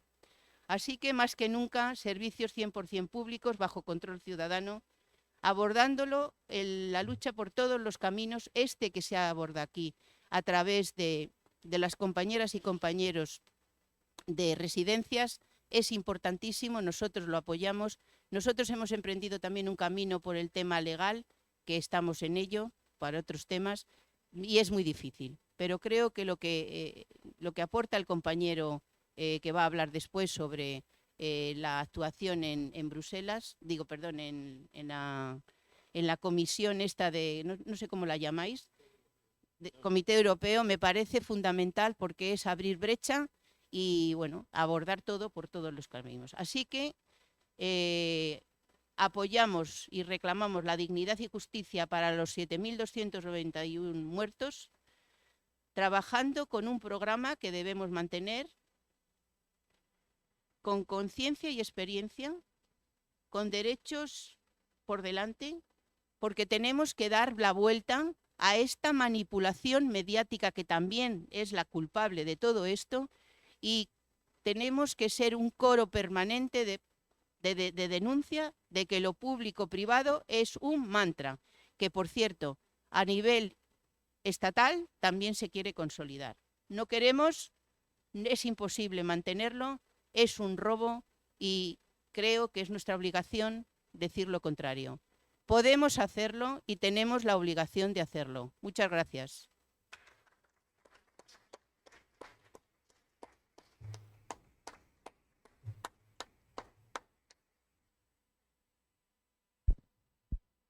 Muchas gracias, compañeros, compañeras, por vuestra intervención. Ahora tenemos hasta las 12:30 para debatir. Entonces, si hay compañeros y compañeras aquí en la sala que quieren tomar la palabra, que lo digan, que levanten la mano y toman la palabra. Entonces, vale, 2 compañeros, 3. Vamos a hacer una cosa. Las personas que estén viendo el tema de la videoconferencia por online, a través del chat, si quieren intervenir, que pongan que quieren intervenir para repartir el tiempo. Vamos a cerrar el tiempo ahora con estos 3 compañeros y compañeras, 1, 2 y 3. Cerramos. Si luego da tiempo, abrimos un segundo turno. Vamos a intentar. Tenéis máximo 5 minutos cada uno de vosotros como máximo, como máximo. Sean lo más concretos posibles.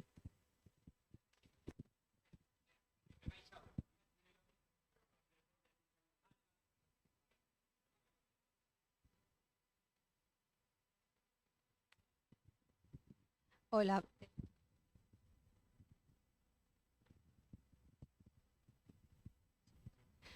Hola, sí, se me oye, ¿no? Bueno, muchas gracias por todos los ponentes y las intervenciones. Bueno, estoy muy interesada, por supuesto, en este tema. Pertenezco a un sectorial de Más Madrid y ahí participo, un sectorial de mayores, que estamos muy interesados en el tema de residencias.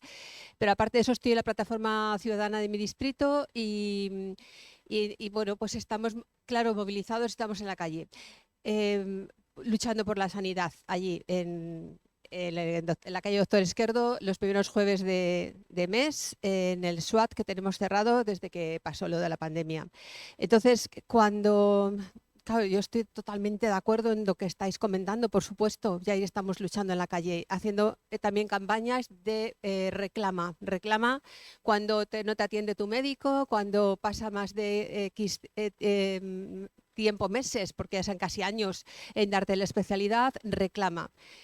Pero es que es descorazonador. Entonces, yo estoy de acuerdo, Ramón, que por cierto, todos los datos me gustaría tenerlos. Me imagino que se podrá acceder a los datos que nos has participado, porque no me ha dado tiempo a apuntar todo. Después, si tengo un minuto, me gustaría preguntarte personalmente. Entonces, cuando estamos en la calle y ves que estamos como mucho, ¿cuántos somos? 20, 25 personas reclamando, pues es que dices, esto no funciona. O sea, no somos capaces de, al tejido social, traspasar las inquietudes que estamos aquí hablando. ¿Cómo se hace esto? Es que ese es el problema, porque hablas con, yo a mi alrededor, comentas, familia, gente allegada, y todo el mundo vive en un mundo, pues no sé, ideal. Eso sí, cuando vienen los problemas, efectivamente, gordos, la gente que está en privadas, en estas sociedades privadas, van a la pública. Eso es así. Pero no acaban de entender el problema. ¿Cómo lo hacemos? O sea, me gustaría salir de aquí, a ver, ponernos a pensar qué se puede hacer. Porque es que nos va la vida a todos en ello, ¿no? Y nada, nada más era eso. ¿Qué se puede hacer? No sé cómo. ¿Quién tiene la varita mágica? Gracias. Hola, y agradecer el acto. ¿Se oye? Agradecer el acto y un par de cosas. Un par de cosas que es una solo. Hay un problema que tiene que ver con la dificultad de comunicación. Es decir, los actos, siempre que se organizan, hablamos de lo malos que son los otros. Y es verdad, del neoliberalismo, de cómo está organizado, de los medios de comunicación. Pero yo creo que hay una tarea que tenemos pendiente y esa tarea tiene que ver con replantearnos de manera autocrítica qué cosas tenemos que modificar para intentar movilizar la conciencia de la gente. Porque si no, no vamos a hacer absolutamente nada. Y en este sentido, me llama poderosamente la atención que las distintas organizaciones de mayores y otras que están un poco más específicas en el tema de residencias, lo he comentado en algún otro acto, no se haya creado una especie de sindicato, entre comillas, o una estructura que se comunique a la gente para que quien tenga problemas en las residencias con sus mayores o tengan problemas de cualquier tipo, sepan a dónde pueden ir para informarse. Quiero decir, sería un pequeño soporte que complementara la actividad que se está teniendo políticamente, pero que nos dirijamos a la gente de la calle diciendo, si tienes un problema en la residencia, que esto lo podíamos ligar también con otro de los problemas que hay, y es que la opacidad tan brutal que hay en residencias, y esa opacidad, hay muchos miedos de la gente de protestar, pero eso hay que resolverlo, porque de hecho hay unos órganos de participación dentro de las residencias que no son puramente privadas, que son los consejos de participación de residentes o de familiares. Son órganos que están ahí y que había que forzar que funcionaran. Pero a veces me pregunto qué estamos haciendo más allá de actos y de manifestaciones repetidas, sistemáticas, que en muchas ocasiones lo que hacemos es mostrar nuestra impotencia ante el poder.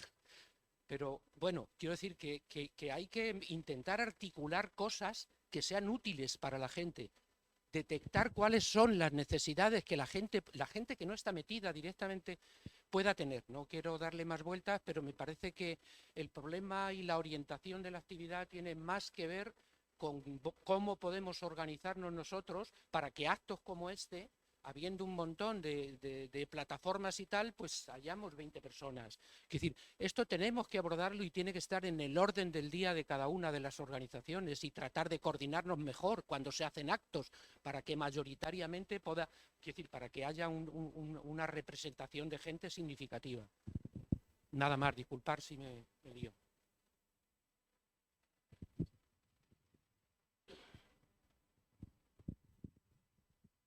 Hola. Que yo solo os voy a dar un dato, ya no vengo a contar nada más que la realidad. Ayuso perdonó 992 millones en impuestos a 18.226 personas en plena pandemia. La bonificación del impuesto de patrimonio del Partido Popular hizo que se ahorraran casi 55.000 euros de media cada uno de estos altos patrimonios en 2020. Ese es el dato.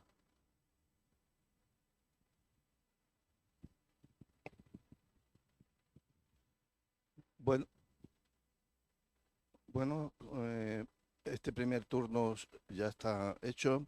Yo quiero centrar un poco el debate también de la mesa, porque aquí se ha abierto un tema que es muy importante y es el tema de las muertes en los domicilios. Este es un hecho que ha pasado totalmente desapercibido absolutamente para todo el mundo. No podemos estar hablando solamente de residencias porque en las diferentes comunidades autónomas en las que ha habido protocolos, como en el caso de Madrid firmado, pero en otras comunidades como Castilla-La Mancha o Castilla-León no ha habido protocolos firmados, pero han existido órdenes estrictas para que no se derivaran a los hospitales. Significa que las personas que han estado en los domicilios han padecido estos protocolos también. Los han padecido. Y producto de que los han padecido es que no han sido trasladados a los hospitales. Lo que el compañero Fran explicaba, decía que se había hartado de llamar al 112 sin respuesta la mayoría de las veces, infinidad de veces. Pero es que cuando había respuesta aparecía un profesional, no siempre un médico, sino un enfermero, una enfermera, que le daban lo que tenían, un paracetamol y a seguir para adelante. Y cuando se le decía que se llevara al hospital, lo decían claramente, no se pueden llevar al hospital porque no, los protocolos lo impiden. Por tanto, no estamos hablando de 7291 en Madrid, no estamos hablando de 2743 en Cataluña, no estamos hablando de 243 en Castilla-La Mancha, no. Estamos hablando de miles y miles de personas en situación de dependencia que han fallecido sin atención sanitaria. Ahora en la segunda mesa, como dice Carmen, compañero Juan Carlos tratará el tema. Pero es que ha habido más. Es que ha habido personas en situación de dependencia en los centros de especialidad de dependencia en las que no han sido tampoco derivados. No han sido derivados. Si hacemos esa suma, nosotros estamos hablando y decíamos que más de 30.000 personas dependientes han fallecido discriminadas, pero no, estamos hablando ya de cifras superiores. Los técnicos están hablando ya de 35.000 y de 40.000, incluso 40.000 personas en todo el Estado que han visto discriminados su derecho a la salud, a la asistencia sanitaria, a la seguridad social, etcétera. Lo trataremos en todo. Por tanto, que se tenga en cuenta este dato. Porque han muerto muchísimas personas en su domicilio y ese es un tema que vamos a abrir con la Fiscalía. Ya lo hemos tratado con la Fiscalía de la señora Lastra, con la Fiscalía Superior de la Comunidad de Madrid. Lo hemos tratado también con el teniente fiscal y las dos fiscales de la Audiencia Provincial de Madrid y se lo hemos dicho. Vamos a hacer un último intento judicial con ustedes. Ustedes tienen que coger y actuar de oficio. No pueden hacer lo que han hecho, ni han actuado de oficio, ni han investigado profundamente. Y por tanto, le vamos a exigir que sea la última vez, le vamos a presentar las últimas denuncias y se lo vamos a presentar a quien tiene que hacerlo, al fiscal general del Estado. para que de una vez por todas, en todas las fiscalías del Estado, se lleve al unísono esa investigación y esa actuación de oficio. Por tanto, así está la situación y es lo que queremos resolver. Ahora, a partir de ahora, compañeros.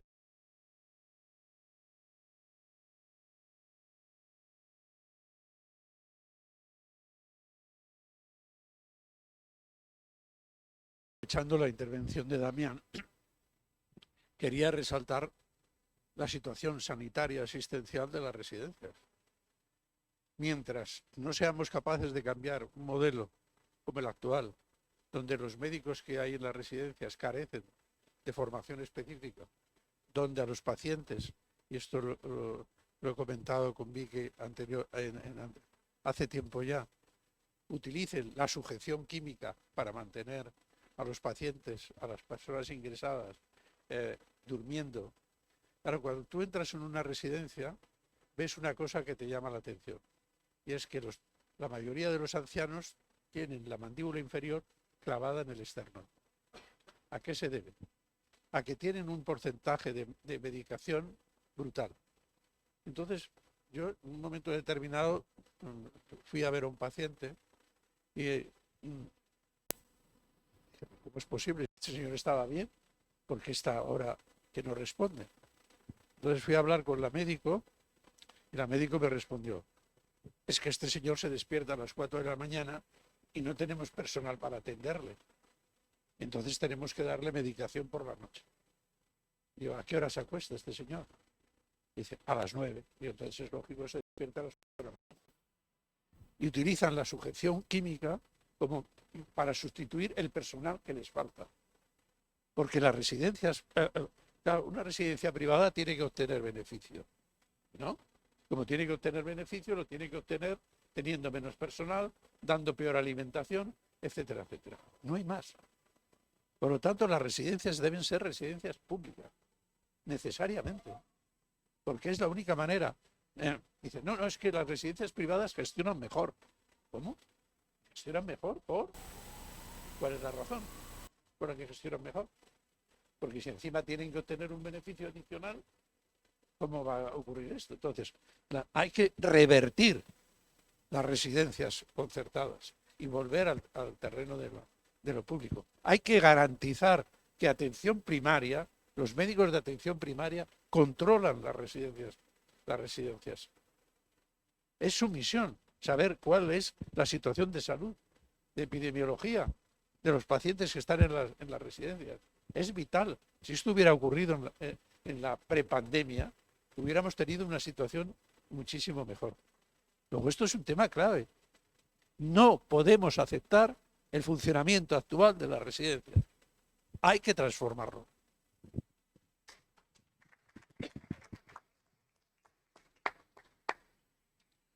A ver, yo quiero responder aquí a los que habéis hablado del problema que tenemos. Os puedo dar más datos. Por ejemplo, las residencias de colaboración público-privada tuvieron casi 3 veces la mortalidad de las residencias públicas. Con todas las residencias colaboración público-privada de Madrid, 22% de mortalidad. Públicas, 7,4% en los meses de marzo y abril del 2020. Os puedo dar muchos más datos, pero no lo voy a hacer porque estoy de acuerdo con vosotros. El problema que tenemos es cómo movilizamos a la población. Nosotros tenemos tantos datos, yo sigo con esto, mis compañeros epidemiólogos seguimos en equipo, seguimos produciendo información que es escandalosa. Pero el tema es que sale un día en el país y ya está, se acabó.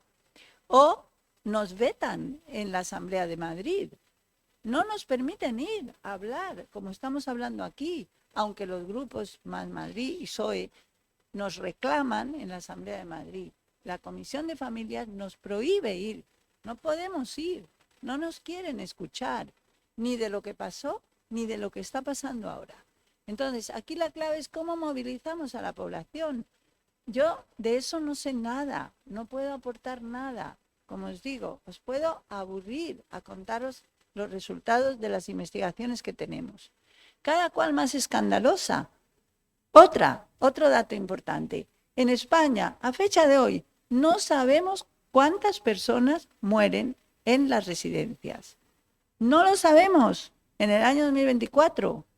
No lo sabíamos antes de la pandemia, no lo hemos sabido en la pandemia y no lo sabemos ahora, porque no existe una estadística oficial que nos diga cuántos mueren en residencia. No existe por muchos motivos técnicos, pero no hay ninguna autoridad competente que ponga manos a la obra y cambie esto.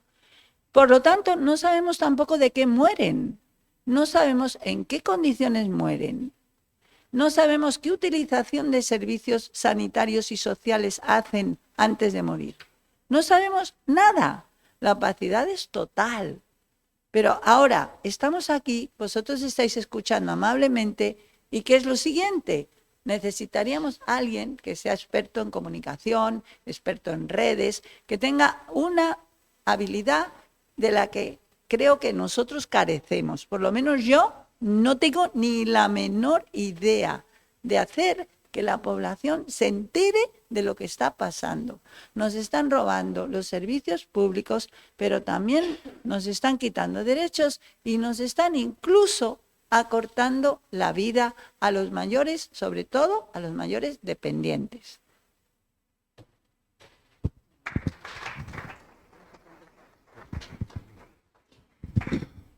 Bueno, pues yo quería contestar también, tomándome la libertad, siendo miembro de la Asociación Dignidad y Justicia, a las dos intervenciones.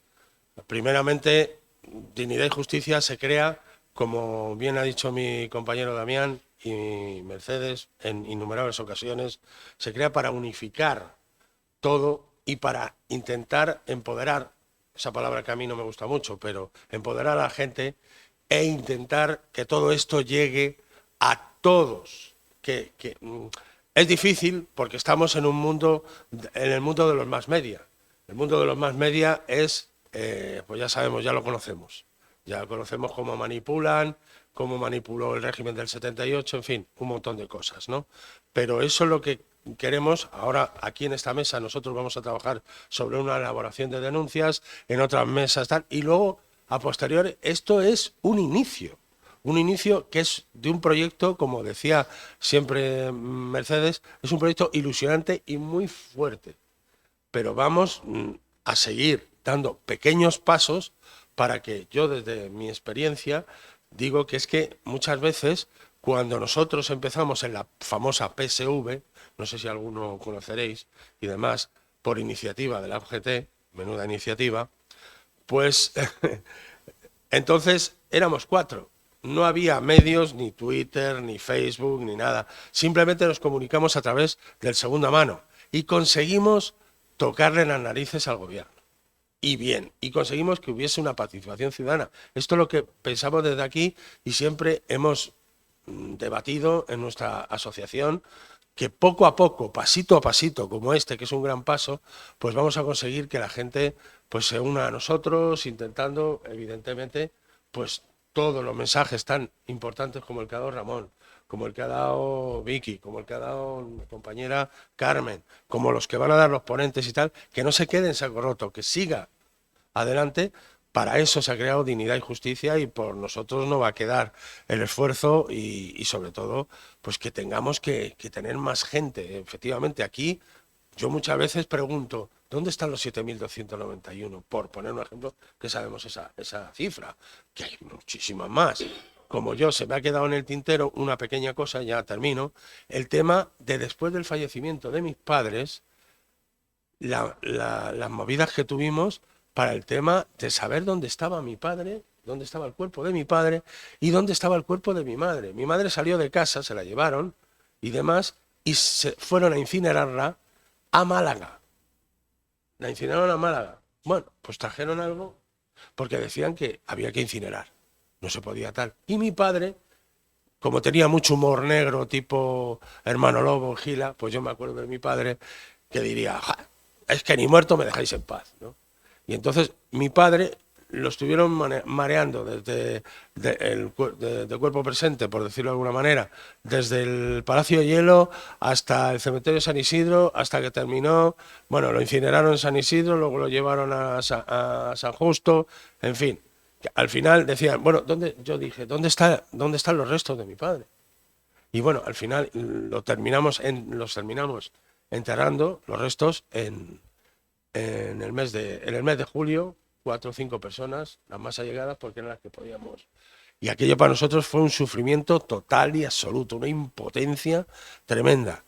Y que, sin embargo, pues como siempre hemos sido en la izquierda, tú exiges autocrítica, pero yo también digo, joder, es que siempre estamos con lo mismo, el Frente Nacional de Judea, el Frente para no sé qué, de judaico, el otro, efectivamente, pero es que hay muchas veces que muchos partidos políticos crean esa desazón de la gente, muchas veces. Y luego, pues que nosotros tenemos que empoderarnos y hacer un movimiento ciudadano potente, porque los medios de comunicación no podemos esperar gran cosa. Gracias, muchas gracias. Perdonad por la extensión, ¿eh? Pide contestar. Quería, el compañero ha hecho una muy interesante reflexión y que ha respondido aquí también nuestro compañero.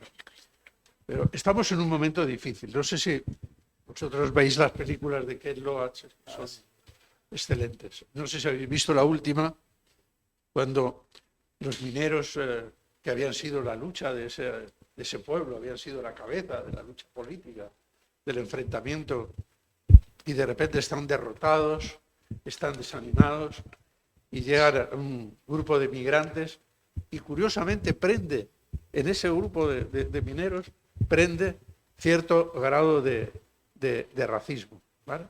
De repente ven a estos emigrantes que han llegado como sus enemigos. ¿Qué es lo que había pasado? El discurso, el relato que decía antes. Es decir, se está imponiendo un relato y un discurso en el que la clase trabajadora, los que formamos parte del pueblo, empezamos a no saber muy bien quién es el enemigo. Y esto es nuestro discurso fundamental, saber quién es el enemigo y decirlo claramente, no tener ambajes para identificarlo. El enemigo hoy es el capitalismo. El capitalismo financiero en este momento es el culpable de todas las situaciones políticas que se están desencadenando. Y es el que está detrás de esto. Por lo tanto, a la hora de hacer una estrategia, compañero, hay que volver a crear organización, hay que volver a desarrollar, porque es la única manera de enfrentarse a un capitalismo organizado que dispone de los medios de comunicación, que dispone de todo. Porque claro, nosotros podemos hacer lo que dice Vicky. Podemos conseguir que nos ayuden a diseñar una campaña. Pero fundamentalmente sois vosotros, somos nosotros los que tenemos que salir a la calle, que convencer a los otros que están ahí, de demostrarles que de alguna manera ni el racismo ni nada es en este momento la política que domina, sino que es un capitalismo depredador que está arrollando y provocando ese derechismo, esa ultraderecha en toda Europa. Por lo tanto, yo creo que esta es nuestra tarea, organizar y organizar. Y organizar todos, porque yo estoy de acuerdo en lo que dice Ramón y estoy de acuerdo en lo que ha dicho el compañero. No se puede estar siempre en todos los actos de este tipo, siempre dice alguien, oye, ¿y qué podemos hacer? Es que hay que hacer autocrítica. La autocrítica creo que nos la debemos hacer todos los ciudadanos. Creo que lo que tenemos es que ser voceros de lanzar la verdad. Lo que pasa es que muchos no quieren verla, otros la quieren edulcorar por otras razones, otros se quieren evadir porque están sufriendo demasiado, porque aquí se sufre mucho. Cuando eres un movimiento social y tienes conciencia de lo que pasa y cuál es lo que debería de pasar, se sufre mucho y nadie te mira, nadie te hace caso y te dejan de lado. Entonces, los partidos tienen obligación también de integrar esa verdad y mantenerla siempre con un camino muy claro. No se puede estar a doble, como diría yo, como he dicho antes, con ambigüedades. No, clarito. ¿Cuál es el objetivo de la democracia? El pueblo soberano. El pueblo soberano necesita la salud por encima de todo. La salud tiene muchas patas, muchos derivadas que son los determinantes. ¿Qué es lo que puede garantizar eso? Servicios públicos potentes. ¿Por qué no hay servicios públicos potentes? Porque todos querían quitar ese Estado. Yo lo llamo Estado. Porque el Estado es algo como de rojos, de, yo qué sé, de comunistas y de no sé qué historias. No, clarito. La democracia requiere servicios públicos potentes y que la ciudadanía se empodere, palabra que a mí tampoco me gusta, pero no he encontrado otra, y que sea consciente de que es la dueña de su vida si actúa, y que tiene que actuar porque es la obligación de defender lo de todos, y lo de todos es lo público. Todo lo demás sobra, porque encima está adelgazando cuál es el patrimonio, el patrimonio que tenemos, y está incitando a que haya todos estos procesos degradantes donde los muertos salen en un mecanismo que hay otros muchos, no solamente estos. Ahora mismo con las listas de espera hay muertos que no deberían de haber muerto si les hubieran atendido a tiempo y les hubieran ofrecido la asistencia necesaria. Con lo cual yo creo que nosotros lo que siempre decimos es que, por favor, que cada uno actúe vis a vis en su contexto, en su espacio, y que trasladen las cosas en las que crean. Yo creo que todo el mundo puede creer que el derecho a la salud y el derecho a la vida es un derecho humano. Si no se cree eso, pues bueno, apaga y vámonos, pero ya parece que las vidas no valen para nada. Entonces, en fin, yo no creo en esto de las campañas, Vicky, no. Eso es una cosa del capitalismo, no. Aquí a pico y pala.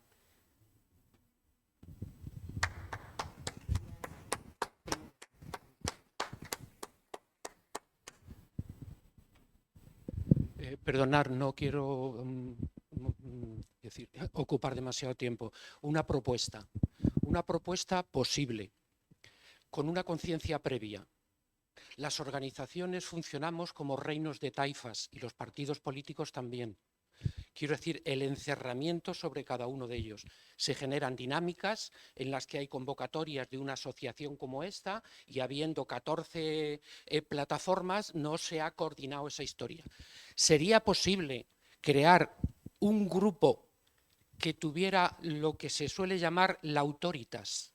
La autoritas se entiende como el reconocimiento social de que son personas con criterio y con prestigio, no marcadas ideológicamente, partidistamente, sino un grupo de personas que tuvieran autoritas y que ese grupo de alguna manera coordinara cuando hay actos, saber qué actos, como pueda ser este quizás o algunos otros, que sean fundamentales para que haya mucha gente y que sean capaces de convocar a las distintas entidades que están funcionando, de plataformas y demás.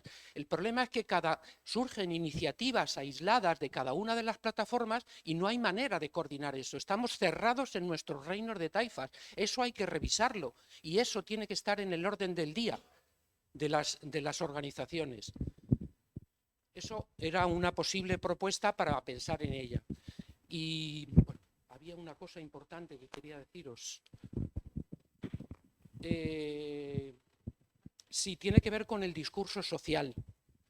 Tiene que ver con cómo estamos abordando las distintas problemáticas. Voy a poner un ejemplo que para mí es paradigmático. El tema de la soledad no deseada, hablando de mayores, se aborda como si fuera un problema natural que deviene con el tiempo. Es decir, planteamos propuestas para generar tejido y acompañamientos a los mayores. Pero hay un problema de fondo que no se está abordando y es que los problemas de los mayores, la soledad, el edadismo, la brecha digital, los equipamientos que acaban siendo contenedores de la exclusión, todo esto se trata de manera aislada. No hemos construido en el discurso un marco ideológico que sea el que explique todas estas problemáticas, porque la soledad no se puede explicar ajena al sistema social en el que estamos. Pero el problema que yo veo es que lo sabemos todos, pero no estamos elaborando un discurso en documentos, en declaraciones, en ponernos de acuerdo todas las entidades para que esas historias suenen, para que generen relato social. Eso me parece vital y, sin embargo, no lo estamos haciendo. Es decir, son cuestiones fundamentales. No lo sé. Perdón. Bien, todos estos temas que afloran ahora mismo después del debate que se ha planteado después de la exposición de los compañeros y las compañeras se van a ver en la mesa número 2. El tema del tejido social, de cómo crear tejido social, que es importantísimo, y lo vamos a ver en la mesa 2. Damos por finalizada esta mesa y tenemos 10 minutitos así de parón para que entre en la siguiente mesa. Gracias, compañeros y compañeras. Gracias, Carmen. Gracias, Fran. Gracias, Vicky. Gracias, Ramón.